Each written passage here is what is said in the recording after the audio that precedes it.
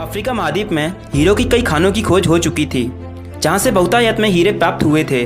वहां के एक गांव में रहने वाला किसान अक्सर उन लोगों की कहानियां सुना करता था जिन्होंने हीरो की खान खोजकर अच्छे पैसे कमाए और अमीर बन गए।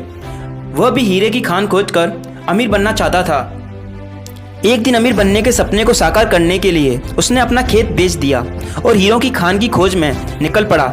अफ्रीका के लगभग सभी स्थान छान मारने के बाद भी उसे हीरो का कुछ भी पता नहीं चला।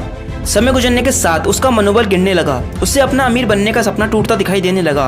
वह इतना हताश हो गया कि उसको जीने की तमन्ना ही समाप्त हो गई और एक दिन उसने नदी में कूदकर अपनी जान दे दी।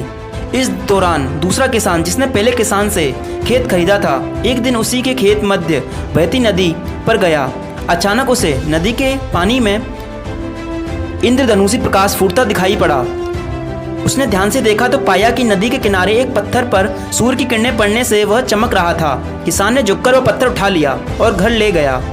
वह एक खूबसूरत पत्थर था। उसने सोचा कि यह सजावट के लिए काम आएगा और उसने घर पर ही सजा लिया।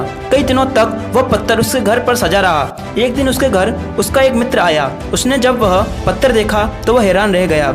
उसने किसान से पूछा, मित्र, तुम इस पत्थर की कीमत जानते हो? किसान ने जवाब दिया, नहीं। मित्र बोला, मेरे ख्याल से यह हीरा है, शायद अब तक खोजे गए हीरो में सबसे बड़ा हीरा।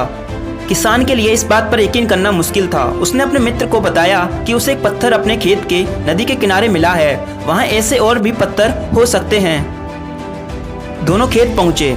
वहाँ से कुछ पत्थर नमूने के तौर पर चुन लिए, फिर उन्हें जांच के लिए भेज दिया।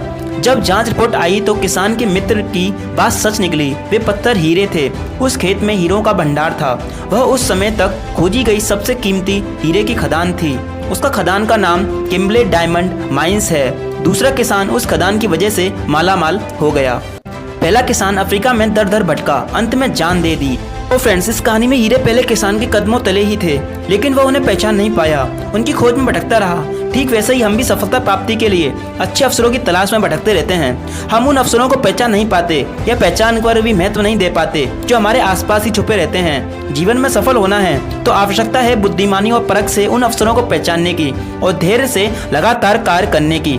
ऐसा करने पर सफलता निश्चित ही आपकी है। उम्मीद करता हूँ ये कहानी आपको अच्छी लगी होगी। ऐसी वीडियोस के लिए हमारे चैनल को सब्सक्राइब भी जरूर करना।